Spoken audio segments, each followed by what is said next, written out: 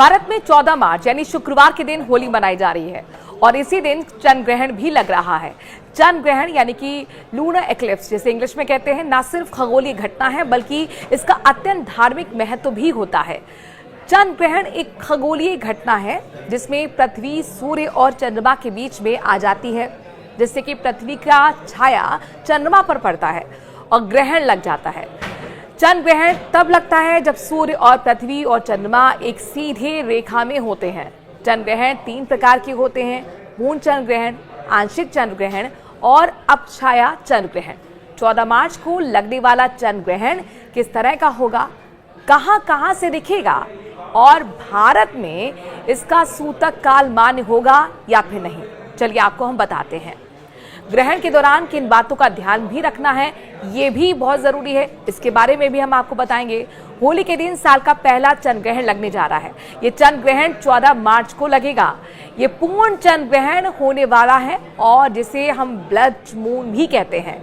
Blood moon चंद्र ग्रहण के दौरान चंद्रमा का रंग लाल या गुलाबी हो जाता है। ये घटना तब होती है जब पृथ्वी की छाया चंद्रमा पर पड़ती है और पृथ्वी के वायुमंडल में मौजूद धूल और जलवाष्प यानी कि पानी की गैसें चंद्रमा के प्रकाश को लाल रंग में बदल देते हैं। इस चंद्र ग्रहण का समय भारत के समय के मुताबिक 14 मार्च सुबह 9:27 से दोपहर 12:28 तक है। भारत से चंद्र ग्रहण दिखेगा या नहीं, चलिए इसका जवाब हम आपको दे रहे हैं। जिस समय चंद्र ग्रहण लग रहा है उस समय भारत में दिन हो रहा होगा और ऐसे में इस चंद्र ग्रहण को भारत से नहीं देखा जा सकेगा। अब सवाल है कहां से चंद्र ग्रहण नजर आएगा। चलिए इस सवाल का जवाब हम आपको देते हैं। 14 मार्च को लगने वाला साल का पहला चंद्र ग्रहण ऑस्ट्रेलिया, वेस्टर्न अफ्रीका, यूरोप, प्रशांत महासागर, अटलांटिक, आर्कटिक महासागर, नॉर्थ अमेरिका और साथ ही साउथ अमेरिका से नजर आएगा। अब सवाल ये होगा आपका कि क्या होली पर भारत में चंद्र ग्रहण का सूतक कालमान होगा या फिर नहीं, और ये बेहद ही महत्वपूर्ण सवाल है। इस सवाल का भी जवाब दे लीजिए। सूतक काल की विशेष धार्मिक मान्यता होती है। सूतक काल एक पारंपरिक हिंदू अवधारणा है जो चंद्र ग्रहण या फिर सूर्य ग्रहण के दौरान मानी जाती है।